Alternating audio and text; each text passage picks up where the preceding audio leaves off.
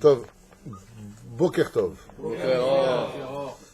Hashem Hashem Naseh Venatzliach. On est aujourd'hui le 10 du mois de mars et le 12 du mois de Adar. Les Haïm Tovim ou Shalom, vendredi matin. On est arrivé à Shabbat Zachor, un Shabbat d'une importance capitale. Deora Ita, il faudra sortir donc 2 Sifrei Torah. Et le plus méoudar pour ceux qui, Bezrat Hashem, liront sur Amalek Imachemo V'Zichro. Cette notion d'ailleurs à propos d'Amalek, une toute petite parenthèse importante, puisqu'on dira 2 mots sur la paracha et ensuite on reprendra Purim selon le Rabbi. Alors, il y a un gentil Lubavitch qui m'a écrit en me disant « Venez chez moi, je vais vous apprendre vraiment ce que voulait dire le Rabbi de Lubavitch. » Bekef, c'est bon, j'ai pas le temps de monter à Jérusalem. Et ce que je dis, c'est que ce que effectivement je n'ai dans mon livre. Je ne peux pas aller plus loin que cela, car je n'invente pas de choses. Velachen. Zeyel Elou Nishmat Claudine Chamisha Bat Henriette Kouka, Félix Ben Esther, Jamila Bat Regina, Yaakov Ben Simcha, Kolam Israël. Refoua Shlema, juste un instant, soyez juste un tout petit peu patient, et après je vous donne ce que vous voulez, parce que j'ai des noms. J'ai des noms, effectivement, et les noms que j'ai ici, c'est aussi Père Refoua Shlema pour Michael Jordan Makhlouf Ben Myriam, Myriam Bat Chassiba, Veyaniv Ben Myriam, Refoua Shlema Achlama Meira, Bezrat Hashem, Shakadosh Baruch Hu, ימלא כל משאלות ליבם ועבודתו דבר בכל מכל כל. טליה בת אפרת מרים, מורת אמי הקדושה והטהורה, וכן יפה בת שמש, משה בן מסעודה, יוסף בן יהודה, et Robert Reuven ben Beya, que Dieu le sorte Bezrat Hashem, il a fait la Léora, sans oublier Tinok Ayakar, ton neveu, Uriel Meir, Ben Ilana Malka, Jami. Juste un instant, j'ai dit Jami, t'as remarqué que j'ai dit Jami. Jami, ça veut dire que j'ai commencé à dire quelque chose. Jami, comment il s'appelle? Asher Zami, Jami, voilà, c'est Asher Jami Ayakar, qui est juste en face, qu'on n'a pas le temps, enfin, j'ai pas le temps de monter le voir et j'aimerais beaucoup le voir parce que c'est pas facile, même si je bouge énormément. Alors, c'est. Qu'est-ce qu'il y a? Suzanne Bat Maïcha, j'ai entendu Souja Bat Machin, tu vois ce que je veux dire? Sarah Bat Rivka. Sarah Bat Rivka, ça y est, on est reparti, allez-y.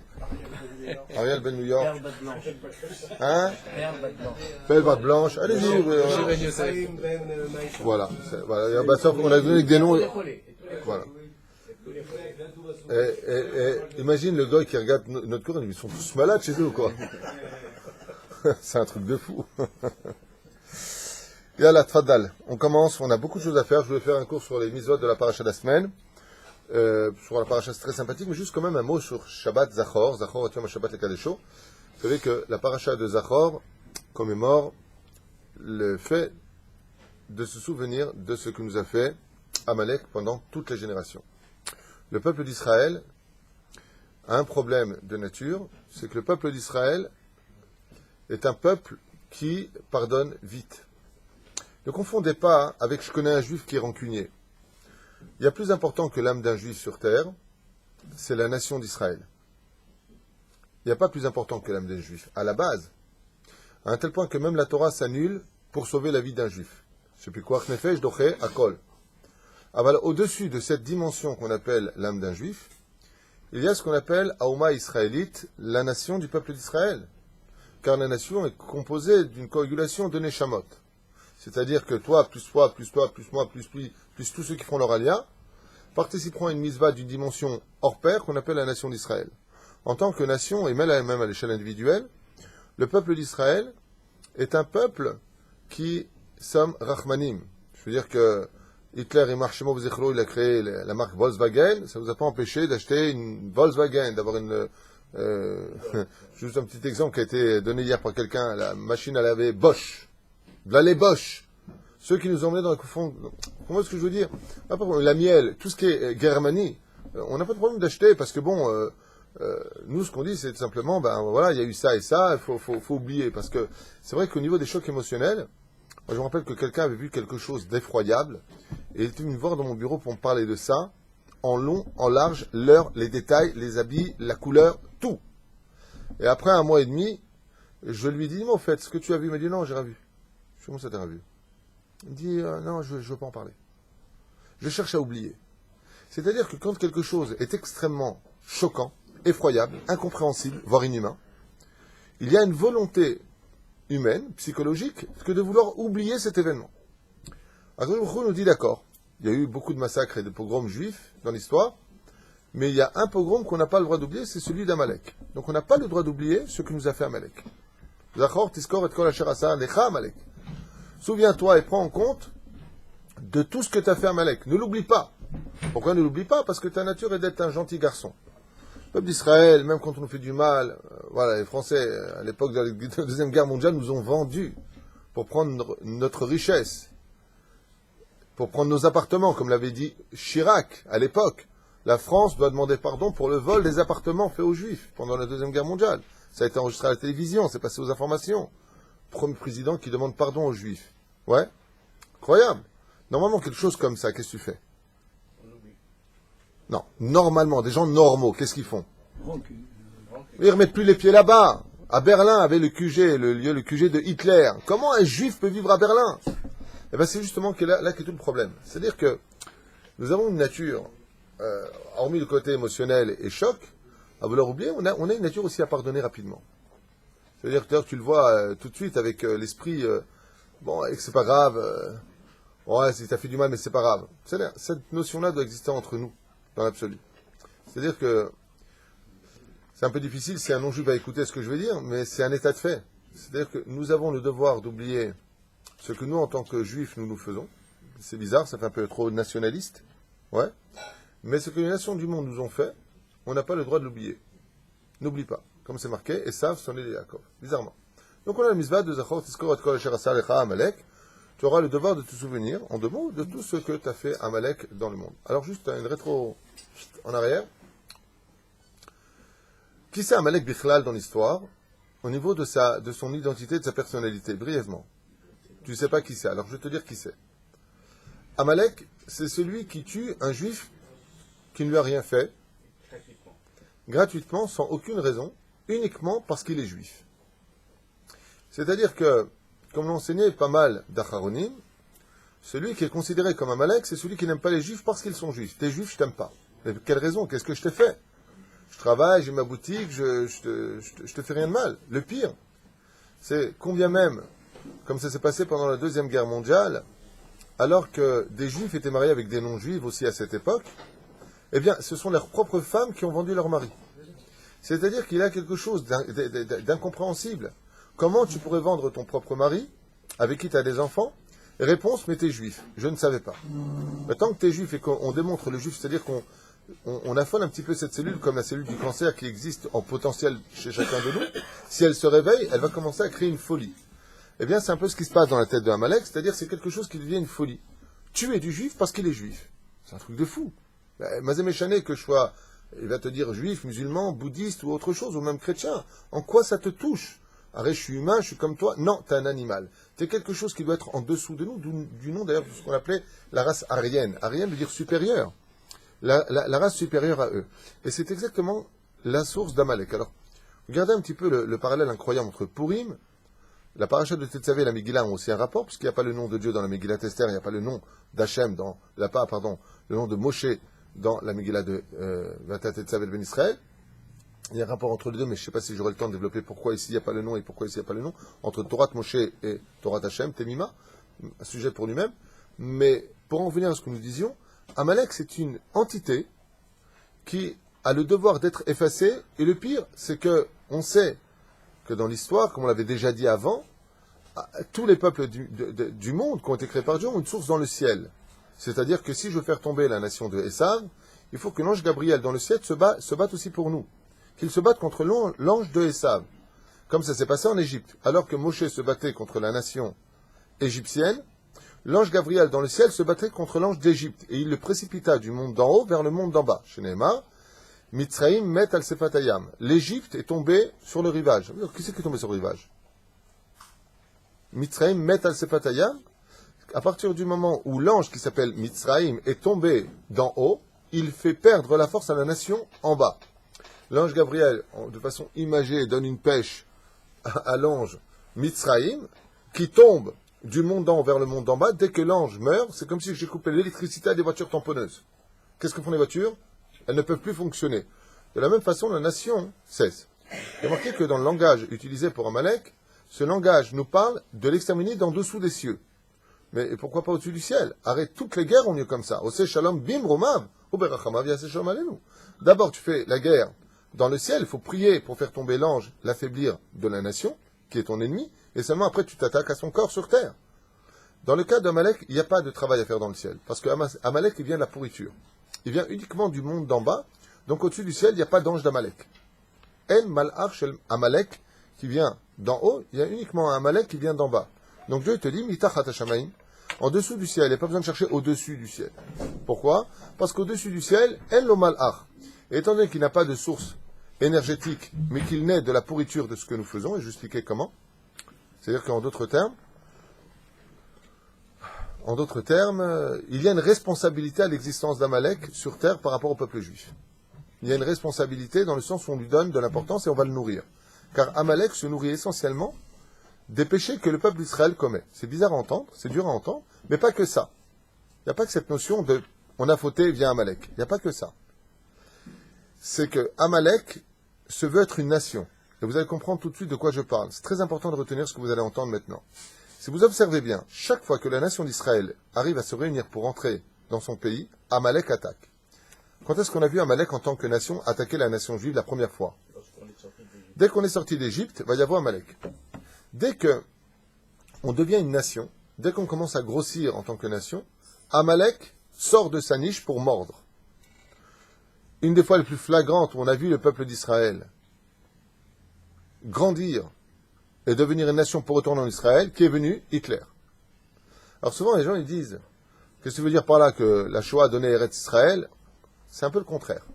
Pour celui qui connaît un petit peu le sod de l'étude, pour celui qui connaît les choses un peu plus approfondies, si je peux me permettre le mot, eh bien, c'est parce qu'on voulait retourner en Israël qu'il y avait cette notion de la première alliance qu'est née justement Amalek. Si on revenait un petit peu à l'époque du Livre Blanc, Herzl, de 1917, c'est bien avant même la Première Guerre mondiale.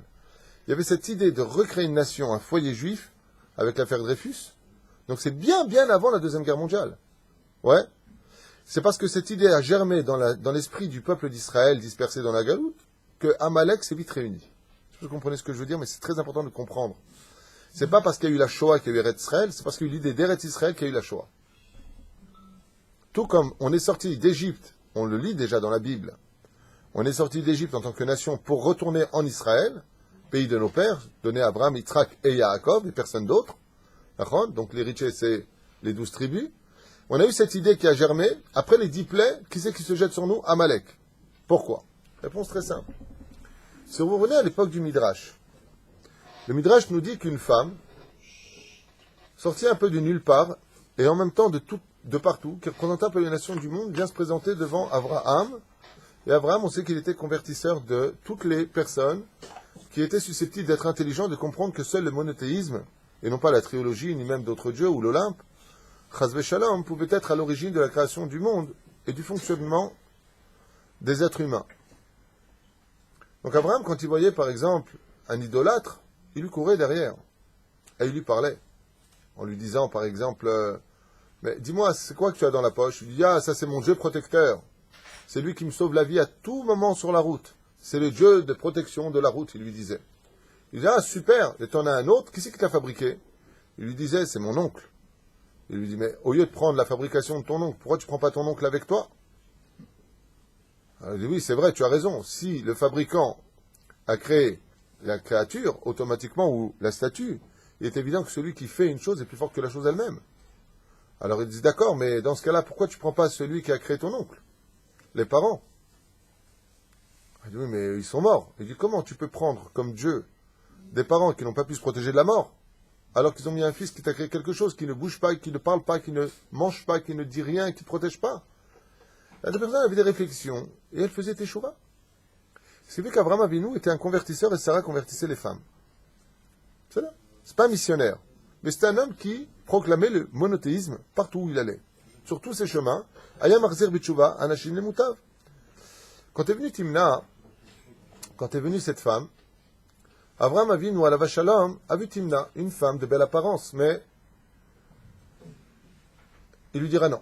Toi, je ne veux pas te convertir. Elle dit, mais je veux me convertir le Shem Shamaim. Il lui a dit non, je ne veux pas te convertir. Timna vient du mot Leimana, qui veut dire celle qu'il faut éviter.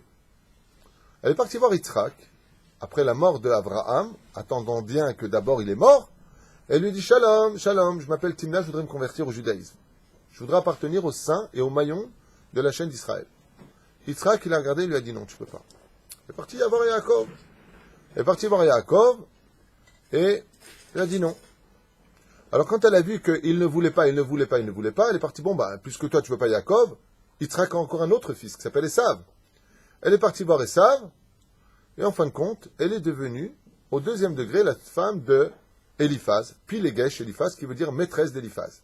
Mariée à un autre homme, elle s'est donnée volontiers à Eliphaz, qui, Eliphaz, je le rappelle, est un blanc-noir, noir et blanc. Je m'explique. Eliphaz est un Talmid Chacham, qui étudiait la Torah chez Yaakov Avinu, mais qui n'a pas empêché, pour autant, d'accomplir la volonté de son père. Eliphaz, c'est une transaction, je peux vous avez remarqué. Il est blanc et il est noir. D'un côté, il dit à Yaakov, quand il vient pour le tuer au nom de son père, je dois te tuer, ouais, je dois te tuer.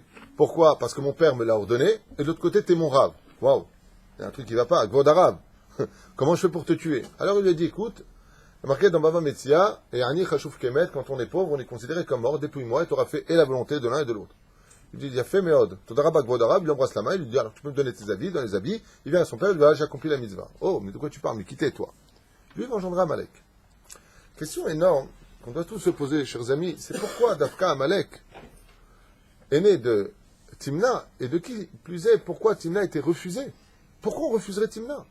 Arrête, les trois plus grands convertisseurs de toute l'histoire du judaïsme, qu'ont créé la nation juive, les pères de la nation refusent Timna. Lama. Lama. Réponse très simple. Profonde, mais très simple. Timna n'est pas venue se convertir pour être une juive. Mais quand elle est venue dans la tente d'Abraham, elle est passée par la tente de Sarah voir quelle était sa condition en tant qu'épouse d'Abraham. Et quand elle est venue pour se convertir en tant qu'épouse d'Abraham, elle a dit, quand elle est venue, pour se convertir, elle lui a dit, je veux me convertir au judaïsme et être ta première épouse. Alors elle a été refusée. C'est-à-dire que la connotation de la conversion qu'on entend de la bouche de Timna, c'est je veux pas être une juive et je rentre chez moi. Je veux être une juive et je veux être ta femme. Parce que si toi t'es pas n'importe qui, moi non plus je suis pas n'importe qui. Si on revient donc sur les mots de Timna selon les Chachamim, où elle se proposera d'être la femme de Abraham, de Yitzhak et de Yaakov, donc refusée, c'est pas qu'ils l'ont refusé la conversion, c'est que sa conversion comprenait des conditions. Et ces conditions étaient inadmissibles. On ne pouvait pas accepter de Timna une telle chose. Pourquoi Timna demandait-elle une telle chose? Parce que si vous regardez bien, chez Esav, il y a deux personnages. Esav est le personnage qui avait un titre. Et ce titre-là a été vendu, son droit d'aînesse. Qu'est-ce que veut faire Esav? Il veut redevenir Israël. Et ça, vous savez que plus tard donnera, selon la théologie, même l'histoire qu'on enverra au niveau de la spiritualité sans ressentir, c'est Édom. Édom, en hébreu, s'écrit Aleph, Dalet, même. Ça veut dire quoi, Édom? C'est l'aide du mot Adam. Ça veut dire que, c'est dur ce que je veux dire maintenant, mais Esav se considère comme un homme. Comme un homme, comme Israël. Israël kerouim Adam, ve'en umot haolam kerouim Adam. La Gemara nous dit, Israël est appelé Adam, et pas les nations du monde. Les nations du monde sont appelées Ha-Adam. Et quand tu écris le mot Edom dans la Torah, c'est marqué Aleph Dalet même. Il n'y a pas de Vav. Pourquoi il n'y a pas de Vav? Parce que les nations du monde, c'est-à-dire que Esav et Timna, donc cette création d'une nouvelle nation venue du monde d'en bas, se considère assez digne de remplacer Israël. Et si vous regardez bien les propos de Hitler ou dans son livre Mein Kampf, pourquoi il veut tuer Israël? Parce qu'il se dit être une nouvelle Israël. Comme la nouvelle religion qui s'est créée il y a 1700 ans, la chrétienté, 1800 ans à peu près, j'en sais rien, qui commence en disant « Nous sommes le nouvel Israël ». C'est-à-dire que ce que veut Esav, c'est pas tuer Israël pour le tuer simplement, mais il veut tuer Israël pour être Israël. Il y a une notion de prendre sa place. Sur quoi s'est basé Esav? D'où a grandi la haine de Esav? Eh bien, tout simplement parce que Yaakov a pris la place de Esav pendant le droit d'aînesse, pendant la vente. Donc, il y a une légitimité, entre guillemets, qui est née de la nation de Amalek, qui dit que toi, en réalité, ce que tu as fait, Yaakov, c'est que tu as pris ma place. Mais on lui dit, mais tu as vendu ta place. Quand tu vends quelque chose, quand tu te défais de quelque chose, quand tu ne crois pas en quelque chose, et que tu es prêt à la bazarder pour de l'argent, une épée et un plat, quelles étaient les conditions selon les Chachamim pour lesquelles Esav a vendu son droit d'aînesse, eh bien automatiquement, tu n'as plus de propriété dessus. Et la preuve en est, ton père qui voulait te bénir dit non, l'autre restera béni, toi tu ne le seras pas. Donc si tu donnes de la valeur à Yitzhak, pour ce qu'il dit, tu devrais respecter aussi sa parole. C'est pour ça qu'à Purim, il y a un petit peu le compte-rendu de cette situation entre Amalek, qui apparaît dans la descendance de Eliphaz et de Timna, avec la vente de, comment ça s'appelle, du droit d'aînesse. Pourquoi s'est faite la vente du droit d'aînesse? Pour un repas. Qu'est-ce qui nous a perdu à l'époque de Purim? Un repas. Nenu, Misudato, Shel Achashverosh. C'est pour ça que cette nation est très spéciale. Cette nation est très spéciale parce que elle a deux facettes. Elle se présente comme un ennemi et elle se présente comme un ami. Atzilina miadachi miadesav. Regardez bien dans la paracha de Vaishlach, Todarabad Médé. Dans la paracha de Vaishlach, vous regarderez bien que Yaakov donne au père de Amalek, à Esav à la base, une situation très bizarre, celle d'être un frère et celle d'être un ennemi. Il y a deux fois on verra Amalek dans la Torah. La Torah nous parle de deux façons d'être Amalek, dans la paracha de Beshalach à la fin et dans la paracha de Kitetzel HaMilchama. Pareil à la fin. Là-bas on nous dit Amcho Emche et Zecher Amalek. Je viendrai, moi, en d'autres termes, effacer le souvenir d'Amalek. Et ensuite, on nous dit Zachor et kol asher aser lecha Amalek. Souviens-toi de tout ce que tu as fait Amalek. Quoi? Et tu devras le détruire. Et tu devras l'effacer. D'accord? Tu devras l'effacer. Pourquoi on a deux fois le souvenir d'Amalek dans deux endroits différents, alors que dans le premier, il y a marqué Amcho Emche et Zecher Amalek? Je viendrai moi effacer le souvenir d'Amalek. Et la deuxième fois, on nous demande à nous d'effacer le souvenir d'Amalek. Pourquoi un double travail? Réponse très simple, on l'a dit.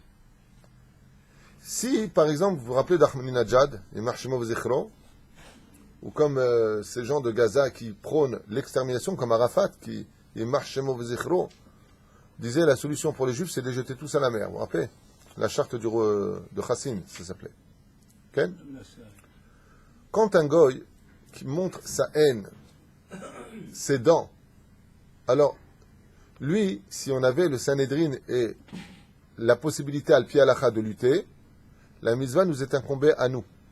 Si tu sais qui est Amalek, si tu sais qui est Esav, comme c'est marqué, alors c'est à toi d'agir. Mais si Esav, il vient comme un ami, c'est-à-dire qu'il va agir dans l'hypocrisie des mots, il va agir dans l'hypocrisie des gestes. On se serre la main, on est comme deux frères, toi et moi. Mais quand il ce qu'il veut, c'est juste ta mort, comme à l'époque avec les Américains. Ils sont venus serrer la main à Ariel Sharon, vous vous rappelez? Et la grande photo devant la Maison Blanche qui a été fait allusion au Beth Amikdash. Comment on appelle dans la Torah le Beth Amikdash? Ha-Levanon. Levanon, c'est la Maison Blanche. Ils se prennent, eux, pour les Kohanim là-bas, à la Maison Blanche. Ils se prennent pour Kohen Gadol. Le président se prend pour Kohen Gadol, c'est lui qui décide de tout. Vous vous rappelez de cette situation de serrer de main, et c'était pourquoi ce rendez-vous? Pour un ultimatum de détruire les maisons du Gush Katif et de faire sortir immédiatement tous les Juifs. Celui-là, il est dur à déceler parce que c'est un Esav qui se montre être ami. Et qui te dit, en contrepartie, on va te donner un peu d'argent, on va te donner des armes, on va vous aider. En attendant, tu dégages. Tu laisses la place à tes ennemis. Et c'est un ami ou c'est un ennemi, ça? C'est un ennemi. Ouais. Alors celui-là, à qui il appartient de venger? Comme nous, on ne voit pas que c'est Esav, il appartiendra donc à Hachem d'agir en conséquence. Zé Amalek. D'un côté, Dieu s'occupe de l'effacer quand il se montre soi-disant en tant qu'ami, parce que nous, on ne voit pas que c'est un ennemi. Donc c'est Hachem qui s'occupera de la nation. Mais s'il se montre et qu'il déclare la guerre de façon réelle, physiquement, on sait que c'est lui, ce sera à nous d'agir en conséquence. D'où ces deux notions, l'Oralim et l'Oralechem, d'Amalek, qui apparaît dans l'histoire du peuple d'Israël. Maintenant, Maud Manienne, tout à l'heure on a dit que Amalek, il appartient à une situation de haine au Shoresh Vashamaim. Alors où est-ce qu'est son Shoresh? Vous allez comprendre tout de suite. D'où vient la racine d'Amalek? Imach Shemo v'zichro. Alors vous avez remarqué que on a des attirances pour des choses bizarres sur Terre? Ben, comme les fantasmes, il y a des gens qui aiment des choses, les formes des femmes, leurs endroits. À part tous les autres fantasmes, on est attiré par des choses qui sont au niveau de l'esprit pas logiques. Vous avez remarqué ça? Prenons le côté bestial. Je peux me permettre le mot. Un homme voit une femme, il veut la dévorer. L'embrasser des pieds à la tête. Vous avez compris ce que je veux dire. C'est là? D'où ça vient? Pourquoi on est comme ça? C'est-à-dire que si tu prends maintenant une logique de choses, tu prends un mec qui a du sechel. C'est là? Un mec qui a du sechel. Qu'une fois, il y a une prostituée en France qui avait dit aux informations, c'est fou, c'est une femme de couleur qui donc travaillait à Boulogne et aux informations, parce qu'elle avait des problèmes avec les prostituées à l'époque et il fallait qu'elle soit déclarée parce que même les prostituées devaient payer des taxes, je sais pas quoi. Et elle lui dit, vous êtes bien ici, qu'est-ce qui vous choque le plus au bois de Boulogne? Alors, cette femme a répondu aux informations de 20 heures, ce qui me choque le plus, c'est de voir des gens qui sont prêts à tellement payer pour vous embrasser des endroits qui sont tellement sales. A dit la prostituée.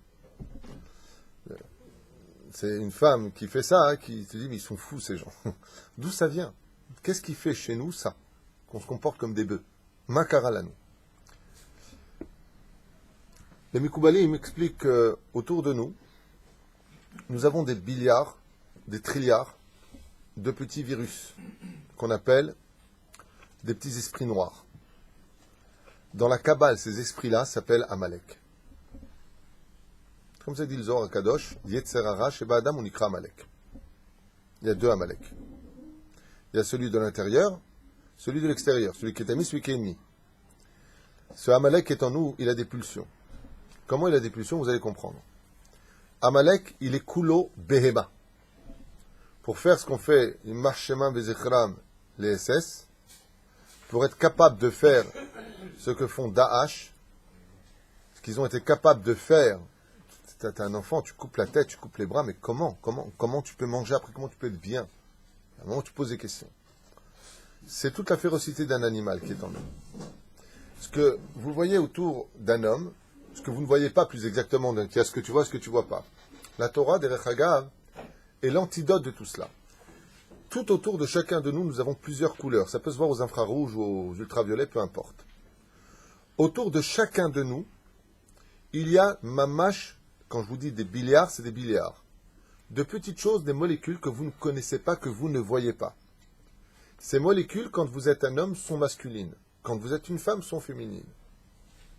Ce qui fait que quand une femme passe à côté de vous dénudée, elle va faire grossir ces molécules, si vous préférez, qu'on appelle, on va appeler ça dans un langage plus clair, des petits démons, c'est là, qui vont se mettre en forme et plaire. À qui ils vont plaire, d'après vous?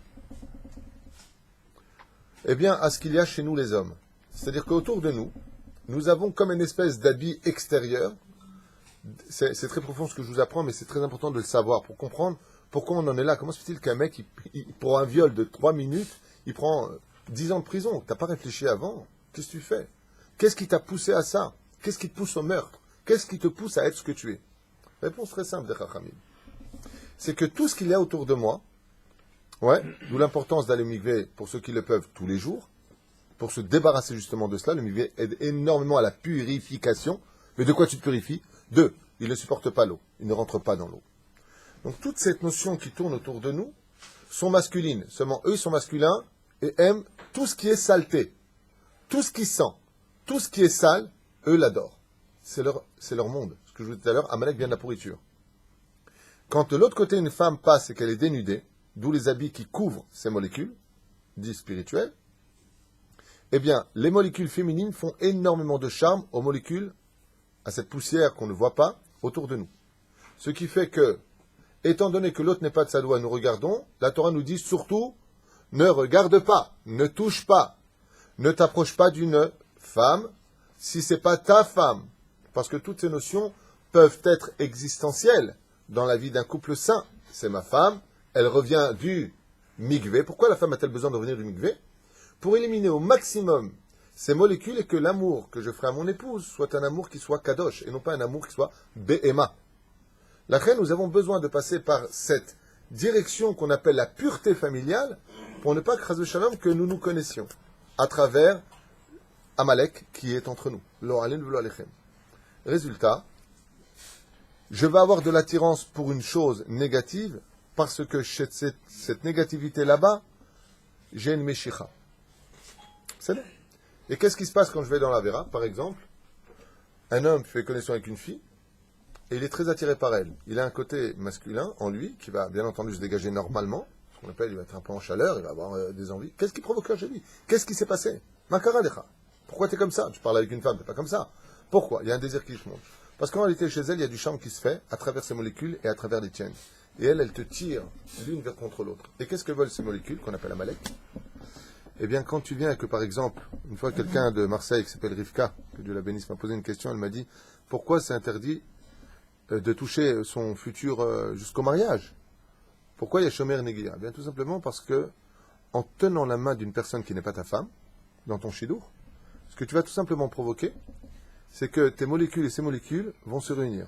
Et ensemble, vont créer des enfants. Et ils vont mettre au monde des enfants. Et ces enfants, créés par toi et par elle, auront le droit de pourrir le mazal de celui qui n'a pas respecté les règles de la Torah. Ce qui fait que sois intelligent, comme ces imbéciles qui ne comprennent rien, les pauvres. Pas imbéciles parce que c'est des imbéciles, imbéciles dans le sens d'idiots qui ne connaissent pas la connaissance de la Torah. Qui disent, avant le mariage, on va vivre ensemble, on ne sait jamais, on va voir ce que ça donne. Dafka, sachez une chose, la majeure partie des gens qui ont vécu avant le mariage ont tous divorcé. La majeure partie, pas tout le monde. Mais ce n'est pas du tout une garantie. Et pourquoi? Parce que de toucher sa conjointe avant le mariage, c'est une forme d'avoir un malek entre nous. C'est pour ça que dans le monde de la Torah, un rendez-vous, 2 rendez-vous, 3 rendez-vous, c'est bon, on évite de se voir. Je vais raconter l'histoire du Rav Ovadia Yosef, vous vous rappelez? Avec Margalit. Mais si, je vous l'avais raconté. Oui. C'est là? On s'en souvient plus. Raconté le Rav Ovadia Yosef quand il avait fait son shidouch avec Margalit. 1, 2, 3, Nigmar. Il rentrait pour la condition du mariage. Son beau-père lui avait dit que jusqu'au mariage, il devait venir tous les jours en rentrant de la yeshiva de Porat Yosef faire un chidouche. Alors il rentrait là-bas et elle se tenait sur le côté. Alors il parlait avec lui et puis il faisait son chidouche. Et le beau-père était impressionné par la connaissance incommensurable du Rav Ovadia Yosef. Et il voyait à chaque fois que Margalit se trouvait, sa femme, le bracha se trouvait sur le côté. Voilà qu'un vendredi il arrive et puis il voit que Margalit n'est plus là. Alors il dit, c'est bizarre. Elle où Margalit? Alors il lui dit, Margalit, il y a un problème avec elle. Il dit lequel? Elle veut annuler le mariage. Elle veut annuler le mariage, mais on est à 1 semaine du mariage, 2 semaines du mariage, même pas. Comment elle veut annuler? Pourquoi elle veut annuler le mariage? Il dit laisse tomber, mais ça n'empêche pas de venir étudier avec moi. Il lui a dit non, je peux lui parler. Et elle est dans la pièce d'à côté. Elle veut plus vous voir. Donc le Rav Ovadia est rentré comme ça dans la chambre, porte ouverte bien entendu pour ne pas se retrouver isolé avec elle. Il lui a dit Margalite, pourquoi tu veux annuler le mariage? Qu'est-ce que j'ai fauté? Il dit écoute, moi tu viens tous les jours chez mon père, je suis là à côté, pas un regard, pas un sourire, pas un bonjour. Alors il lui a répondu mais je t'ai dit oui, j'ai pas besoin de te regarder plus. J'aurais resté cool au Torah. J'ai pas besoin d'aller au-delà de ces rendez-vous. Si je sais que tu es ma femme, alors qu'est-ce que je vais exciter chez moi tout ça? Un apôtre pousse la rayotte, même par l'esprit, il ne faut pas fauter. Je suis cool au Torah, il lui a dit. Alors il dit, mais quand même, j'ai pas envie d'être un meuble. Alors Rav Ovadia, il lui a dit, écoute, si je te promets la moitié de mon monde futur, parce que je sais que je finirai à être, comme ça il lui a dit Rav Ovadia Yosef, Ani Yodea Sha'atil Yot Gdolador, je sais que je suis voué à devenir le grand de la génération. Tu veux la moitié de mon monde futur, alors épouse-moi. Elle lui a dit comme ça, j'accepte. C'est une grande femme d'affaires. Vous savez que Marguerite est une femme exceptionnelle. Vous savez que c'est elle qui s'occupait de toutes les finances de son mari. Cette grande sadéquette, c'est elle qui a construit la yeshiva au Brésil. Elle était en rapport avec Safran à l'époque. Edmond, il nous faut 3 millions de dollars pour construire une yeshiva au Brésil. Il n'y a pas de Torah. Mon mari il a dit qu'il faut faire une yeshiva. Tout, tac, tac, tac, tac, tac. En 2 secondes. C'est une roule extraordinaire. Et quand on voit Baruch Hashem, que tous ces enfants sont des Talmidei Chachamim, tous, pas un qui est Chiloni, tous dans la Torah, tous Posek Halakha, tous Rosh Yeshiva, incroyable. Vous vous rendez compte de qui était Margalit la mère? Vous vous rendez compte de l'éducation qu'elle a donnée? Et il manque de rien, ils ont chauffeur, ils ont tout ce qu'il faut, bien Yenara pour eux. Non, pour ceux qui disent il va être avraire, qu'est-ce qu'il va devenir? Je vous souhaite... ils ont mon futur qui les attend, et ils sont malais Torah et à Kol Beseder. Et ils ont ce route à vote en plus. Valperouche à Davar que. Qu'est-ce qu'il a fait le Rav Ovadia Yosef? Comme le Rav Torjman, le Rav de Baba Saleh. Baba Saleh, pareil. L'autre tzarich listakel, l'autre tzarich zé. Ça ne veut pas dire qu'on doit vivre comme des zombies. Chas v'shalom. Aval ne met rien qui ferait en toi une excitation stam. Parce que tu risquerais toi-même de créer le Amalek qui viendra plus tard se venger de ton mazal et de ta vie. C'est ce qu'a voulu faire Aman. Venir manger de la Seouda d'Achashverosh, les Henot mi Seoudato chez l'Achashverosh, a été tout simplement de réunir les cellules dont je vous ai parlé, qui étaient autour des Juifs, qui se sont liées aux cellules d'Achashverosh, et qui ont créé justement la naissance d'Aman, qui a voulu détruire le peuple d'Israël. D'où l'expression du jeûne d'Esther, parce que ma femme m'avait demandé pourquoi je n'ai pas fait un cours sur le jeûne. J'en ai déjà fait beaucoup, et je vous rappelle que vous avez peut-être 1600 cours sur le site. Et sur Esther et la Megillat Esther, vous en avez des dizaines, je ne sais même pas combien. Donc, avis aux amateurs. La reine Bezrat Hashem, celui qui veut étudier la Megillah, il n'y a pas que moi, il y a d'autres rabbinim, Baruch Hashem, qui ont fait des très très, très bons shiurim, bien entendu. Hein. Mais voilà, vous avez de quoi pouvoir faire plein de chidushim. Et celui-là, cette notion d'Amalek, il faut faire attention de ne pas nommer Tachat Hashamayim. Betimche Zecher Amalek, Betimche. Il faut effacer le souvenir d'Amalek. Comment tu effaces le souvenir d'Amalek? Ne garde pas de mauvais souvenirs de choses qui appartiennent à la Sitra Achara, mais n'oublie pas jamais ce que tu as fait Amalek. Pourquoi? Parce que Amalek fera tout pour te faire tomber à chaque pas de ta vie. Chaque pas de ta vie, Amalek sera là pour te faire tomber spirituellement physiquement. Les éperouches à d'abord. Voilà. Je voulais poser une question par rapport au fait que vous avez dit au début que Amalek, on peut le déceler par le fait qu'il veut tuer un juif pour tuer un juif. Je voulais savoir quelles sont les références par rapport à ça. Kien Siba. Je te donne. C'est pas quelles sont les références. La Torah elle-même, les Rashi le dit. Tout le monde le dit. Partout c'est marqué. Amalek. On sort d'Égypte, d'accord? On n'a pas eu affaire à Amalek. D'accord? Prenons le cas des Cananéens. Les Cananéens sortent en guerre contre nous. D'accord? Par Parashat Pinchas, ils sortent en guerre contre nous. Soyez gentils. Pourquoi les Cananéens sont-ils sortis en guerre contre nous? Bien parce qu'on allait venir prendre le pays de Canaan. Ben, c'est normal qu'ils nous attaquent, puisque, quelque part, on vient pour prendre leur pays. La Torah nous dit elle-même, Abba leur gecha, ashkem leur go. Celui qui vient pour te tuer, lève-toi et tue-le avant. Donc les Cananéens, même s'ils ont été tués par Dieu lui-même, puisque vous savez que c'est passé un miracle incroyable, ils se sont déguisés en Amalicites, en Amaleki, si vous préférez. Ils se sont déguisés avec les habits d'Amalek. Pourquoi? Parce que comme ils savaient que le Dieu d'Israël écoute la prière des enfants d'Israël en tant que nation, particulièrement quand on est unis, alors ils ont dit, ils sont habillés comme... Alors, aide-nous à tuer Amalek. Mais dans la prière, il faut être précis. Qu'est-ce qu'a fait Moshe Rabbeinu? Il a vu le subterfuge, et il a dit, ce peuple-là, peu importe qui ils sont. Donc on a gagné la guerre. Comment ça s'est passé? Eh bien, ils ont creusé d'un côté d'une montagne des trous pour faire pousser des rochers sur le peuple d'Israël qui passait en bas de la vallée. Qu'est-ce qu'a fait Hachem?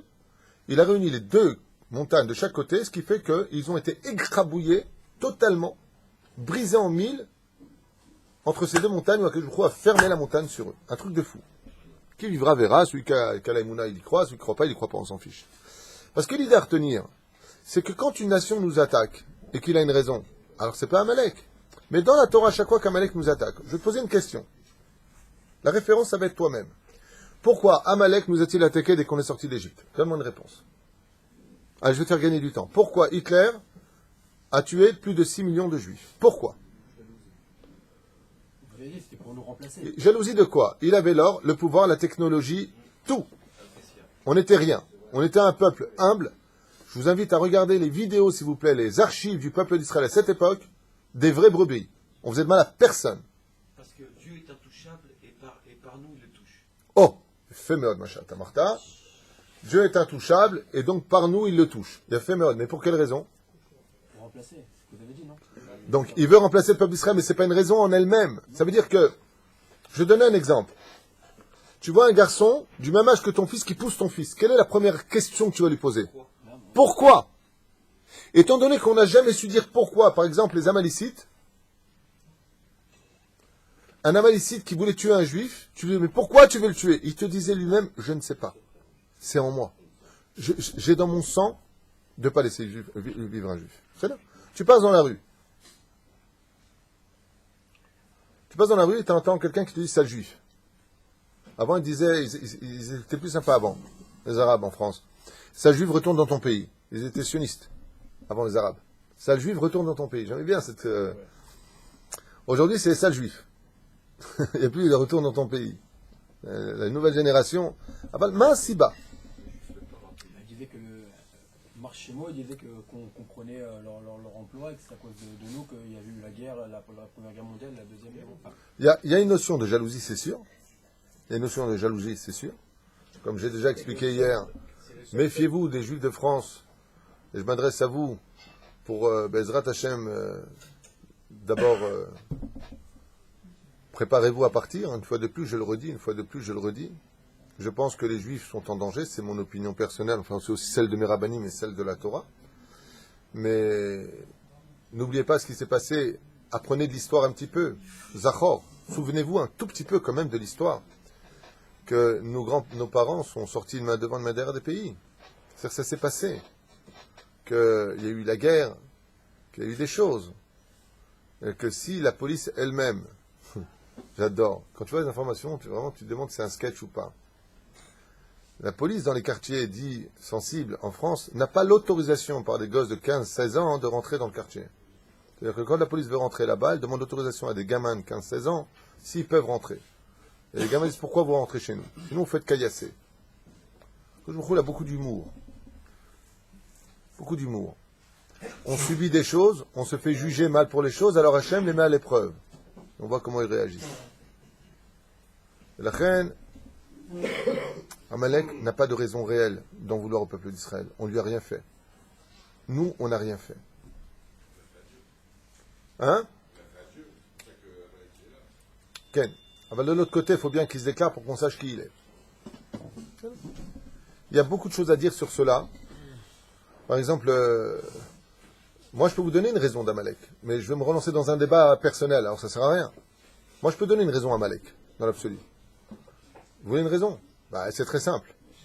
La Torah te dit que tu as le devoir de tuer Amalek.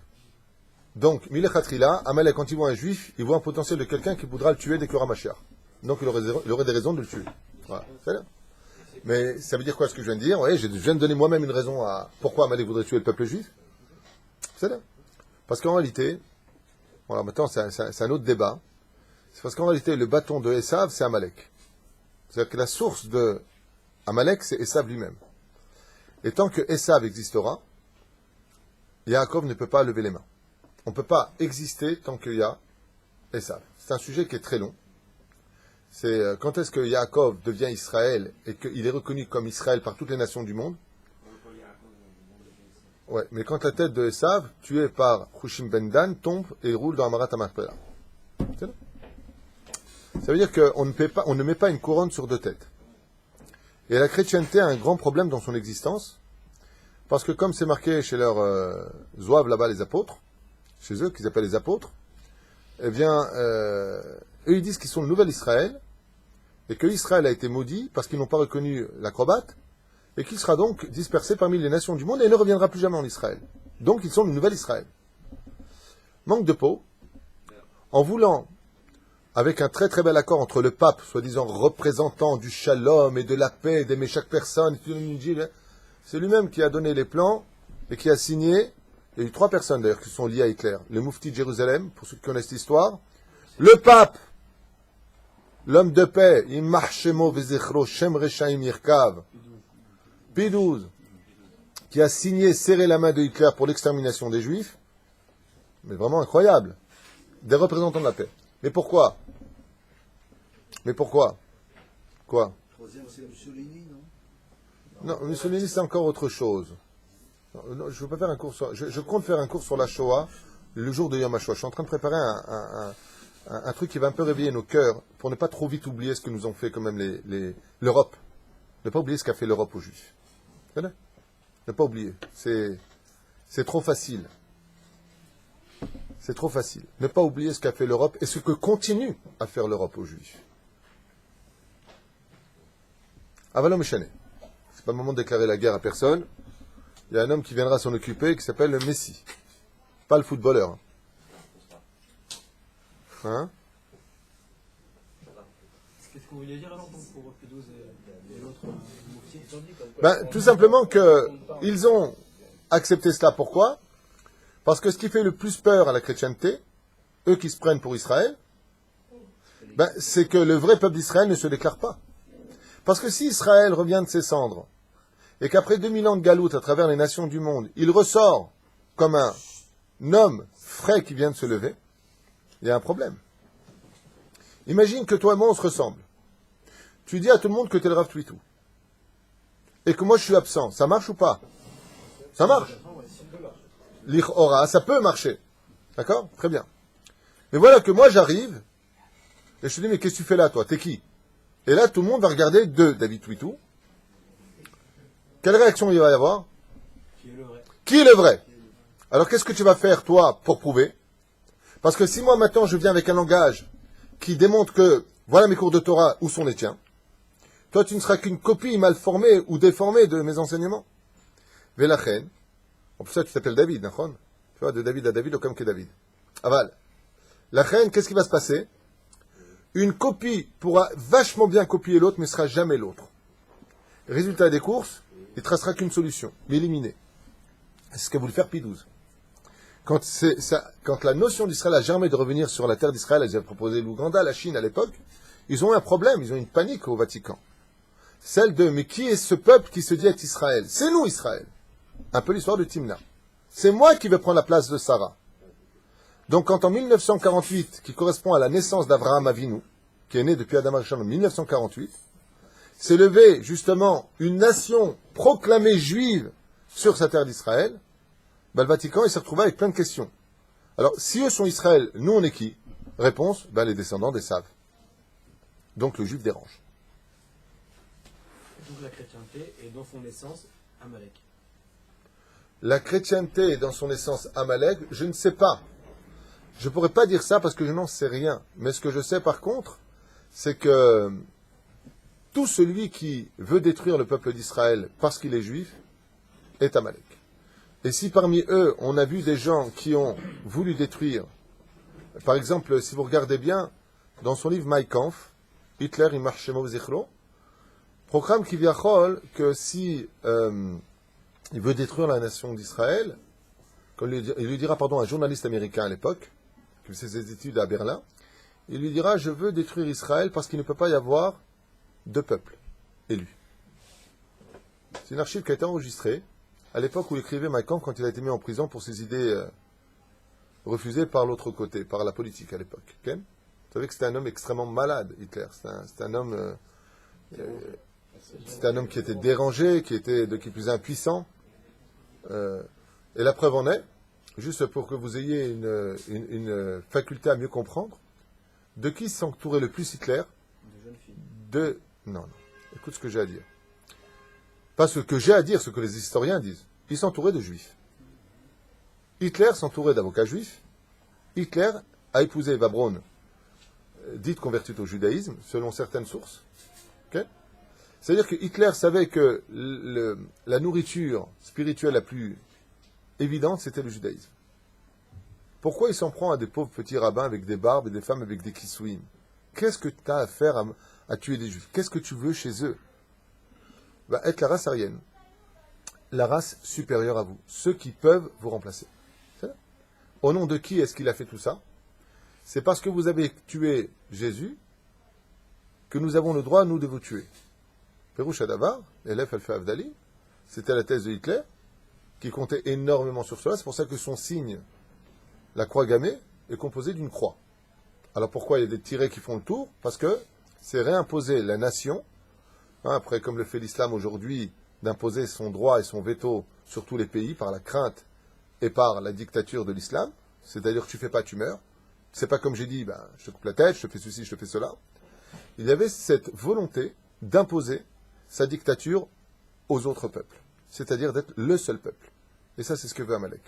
Il n'y a qu'un seul peuple qui le dérange, parce que tous les peuples peuvent disparaître de l'histoire. On est en train d'assister aujourd'hui à un événement interplanétaire beaucoup plus grand que la défaite du PSG. À ce qui paraît, on m'a dit, il y a un truc terrible hier soir. Ils sont fous, les gens. T'as entendu? Qu'est-ce qu'il y a? Je crois qu'il y a une catastrophe. Je lui faisais un coup de couteau. PSG a perdu. Je dis, Kbar. Qu'est-ce que j'en ai à faire de savoir que le PSG, il a perdu contre Milan, Barcelone, Barça. Ah, tu sais.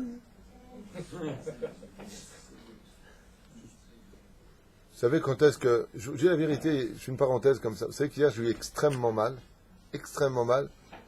quand on m'a dit quoi, t'as pas entendu les hurlements à chaque but, ça hurlait, ça. Je dis pourquoi, vous avez appris un chidouche sur Rashi, sur Tosfot, Maman, ça fait mal. De voir des gens qui sont prêts à perdre 1h30 à voir des imbéciles qui courent après un ballon. Alors bien entendu, là, je vais me faire des ennemis sur le net.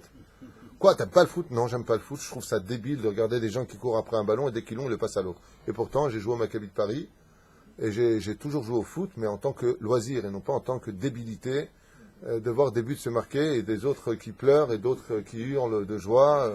Je pense qu'il y a un problème psychologique, surtout des mecs qui hurlent. Parce qu'il paraît, il m'a dit, mais t'as pas vu dans la télévision, les gens pleuraient. Et pourquoi ils pleurent? Ils ont gagné le loto de joie. Non, parce qu'ils ont marqué, à ce qui paraît, 6 buts. Alors, il y a des hôpitaux psychiatriques pour ça, chers amis. À ce qui paraît, on m'a dit que le commentateur français disait, mais c'est une catastrophe, la France est perdue, c'est une catastrophe. Ouais, perdu de toute façon. Ouais, vous savez. Moi, je peux dire un truc. Ah, qu'est-ce que vous dire, Henri? Moi, depuis très longtemps, je vois quand même que le peuple juif, vis-à-vis des non-juifs, on est un peuple exceptionnel. Ah, mais c'est sûr. On est un peuple exceptionnel.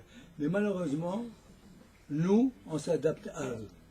Et ils savent que nous sommes un peuple exceptionnel. Mais ce qui est exceptionnel chez un juif, je vous dis la vérité, ce qui est exceptionnel chez un juif, c'est sa facilité de s'adapter à n'importe quelle nation. Je suis pas un juif, tu mets en Sibérie, ils sont partis en fin 1800 en Sibérie, hein, moins 50 degrés.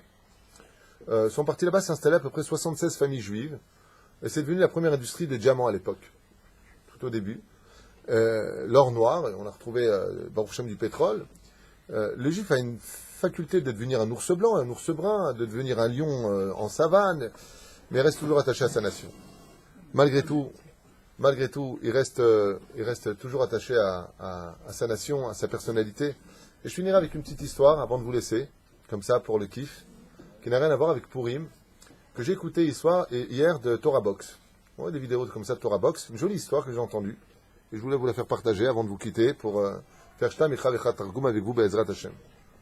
À propos du hasard, alors je passe d'un sujet à l'autre, maintenant on ferme la parenthèse avec Amalek et les nations du monde. Juste comme ça, une parenthèse avec le hasard. D'abord, est-ce que le hasard existe d'après vous? Pourtant, dans la Megillat Esther, c'est marqué, afin de vous parler de tous les hasards qui ont eu lieu. Non, ça n'existe pas. C'est juste pour cacher, pour voiler. Donc si le hasard n'existe pas, le libre arbitre n'existe pas. Donc si moi, par exemple, j'essaie d'aller à droite de ma propre volonté, ce ne sera pas un hasard de rencontrer l'autre. Bon, on va gagner du temps, j'ai pas le temps, je vais raconter une histoire. Alors, contre toute attente, le hasard, ça existe. Contre toute attente, le hasard, ça existe. C'est pour ça qu'on appelle en hébreu Mikré. Mikré veut dire hasard, et ça veut dire aussi Rak Me Hashem. La seule différence entre le hasard du peuple d'Israël et le hasard d'Amalek, de Haman, c'est que lui, par contre, il sort le pour. Pour veut dire le Goral. Il s'en réfère aux constellations. C'est-à-dire qu'il vise à atteindre des buts par le biais de l'astrologie. Ce qui est strictement interdit dans le judaïsme. Parce que nous, une seule action peut changer toute l'histoire de notre astrologie, de notre destinée. Seulement, la seule différence qu'il y a, c'est que pour Amalek, pour Haman, pour les hommes de façon générale, le hasard a pour connotation d'appartenir à la nature. Tandis que dans le peuple d'Israël, comme ça vous le saurez, je fais une grande parenthèse, le hasard existe, mais il vient aussi d'Hachem. Comme par hasard, je tombe sur toi. D'accord ? Il y avait cette volonté. Qui t'a amené ce hasard, c'est Hachem. Donc c'est pas que le hasard n'existe pas, c'est que oui, il existe, mais même cette force de la nature qui mène les événements à s'embrasser, s'enlacer, se rencontrer, elle est supervisée par Hachem. C'est plus du hasard, Nicolas Cavon. Hein ? Si c'est supervisé par Hachem, c'est plus du hasard. Le hasard dans son essence. Alors dans ce cas-là, qu'est-ce que voudrait dire le mot hasard ? Voilà. Non, le mot hasard viendrait du fait que, est-ce que oui ou non, je vais engendrer cet événement par la force de l'action de l'homme. Donc Hachem va créer... Alors, je vais te répondre clairement. Qu'est-ce que ça veut dire le hasard ? J'avais aucune raison de te rencontrer aujourd'hui, c'était pas possible ni pensable, et je te rencontre quand même. Ça, c'est du hasard. Mais ce hasard-là, c'est que ce hasard-là, il a été dirigé par quelque chose de supérieur. Je veux pas dire, tu te rends compte, comme dans les couples, comment vous êtes rentrés? Le hasard fait bien les choses. Son cousin, un jour, a amené, sa cousine, et puis on a parlé, et puis comme par hasard, je devais absolument partir, absolument, puis j'ai un copain qui m'a retenu, puis elle est revenue vers moi en me disant, est-ce qu'on peut se rencontrer? Et tous ces événements-là. On dit, il y a une raison, je t'ai vu, il y a une raison. Il y a une raison. Voilà, exactement. Le hasard peut s'expliquer par... Et dans le judaïsme, le hasard existe. La preuve en est, regardez dans la Megillat Esther, quand vous allez lire Bezrat Hashem Motzei Shabbat, vous allez voir que on va demander à revenir sur tous les hasards qui ont lieu. D'accord? Afin que tu rappelles tous ces événements qui ont lieu, donc tous ces hasards. Mais la différence, c'est que le hasard, combien même il existerait, c'est pas une chose qui appartient au monde de la nature, mais c'est une chose qui appartient au monde de la Torah, au monde dirigé par Hashem. Alors, d'ailleurs, il y a un très beau proverbe qui dit que le hasard est la carte c'est la carte de visite que Dieu utilise quand il veut passer incognito. Ça veut un peu tout dire. Le hasard fait bien les choses. Alors comme ça, une famille à Brooklyn, vous avez vu cette histoire? J'ai vraiment beaucoup aimé cette histoire. Donc je rappelle Torah Box, qui font vraiment un très très bon travail. Très très bon. En plus, ils ont de l'humour, ils font des sketchs représentant des situations... je n'apprécie pas toutes, mais c'est sympathique. Ça donne le sourire en tout cas. Beaucoup d'humour. Vous avez remarqué que c'est tous des Tunisiens, ceci étant. Je ne vais pas me mêler, mais bon. J'ai une Marocaine hier qui m'a écrit que Dieu la bénisse. Et elle me dit, je n'ai pas le mérite d'être tunisienne. Tu vois, même les Marocains commencent à faire tchouva. Juste comme ça, pour revenir sur cette très belle histoire d'une famille qui n'arrive pas à avoir d'enfants et qui décide d'aller adopter une enfant à l'orphelinat, une juive. Et puis voilà que, donc cette très belle histoire racontée sur Torah Box nous dit que cette famille a donc élevé cet enfant, bien entendu, dans le système le plus orthodoxe conçu par le mouvement Lubavitch, et que malgré tout, cette jeune fille qui avait grandi ne ressentait aucune attirance pour la Torah, et encore moins pour la pratique des mitzvot. Et que le jour où, alors qu'elle avait déjà 15-16 ans, elle se préparait pour Purim, ses parents lui ont dit que c'était pas comme ça qu'on s'habillait pour Purim. Elle s'est habillée un peu trop de façon carnaval. Et ayant déjà atteint l'âge de la raison, elle leur dit à ses parents, mais moi c'est comme ça que j'ai envie de vivre Purim. Puis voilà qu'un an plus tard, le responsable de l'adoption, lui-même religieux, tape à la porte et leur dit, écoutez, il y a une très très grave erreur. C'est que la fille qu'on vous a donnée bébé, eh bien, n'était pas la fille de celle qu'on pensait dans les dossiers. On a donc convoqué sa mère, et elle n'est pas juive. Donc en conséquence, votre fille n'est pas juive. Alors ça a été un choc, vous imaginez, pour les parents qui... on a élevé une fille, on a donné du vin, mais ils l'aimaient leur fille. Et ils l'aimaient vraiment, comme leur enfant. De savoir qu'elle n'était pas juive était pour eux un choc assez émotionnel. Mais vous imaginez un peu la tête de la fille quand elle-même a appris qu'elle n'était pas juive. La seule chose qui l'est satisfaite, ça a été de savoir pourquoi elle n'avait aucune attirance pour la Torah, pourquoi elle voyait tellement d'effervescence dans l'accomplissement du Shabbat, de Yom Tov, de Chol HaMoed, de la Soukha, de tout ce qui tourne autour du judaïsme, pourquoi elle le vivait comme étant une transparence absolue dans son cœur. Elle a eu des réponses pour cela. Alors ils sont partis voir un très grand sage, dont le nom m'échappe, et pour poser la question, qu'est-ce qu'on fait pour elle? Est-ce qu'on la convertit? Est-ce qu'on fait quoi? Moi aussi. Il a dit maintenant que la vérité est sortie sur cette jeune fille, eh bien il reviendrait de droit pour elle de décider si elle veut devenir juive ou pas. Et contre toute attente, alors que les parents attendaient une réponse positive, la fille a répondu, moi qui connais très bien la Torah et le judaïsme, vous avez 613 mitzvot plus 7 des Rabbanan, soit 620 mitzvot. Tandis que moi, en tant que Goya, je peux profiter de ce monde et respecter 7 mitzvot et m'en suffire. Donc ma décision est de rester Goya. Je ne veux pas être juif.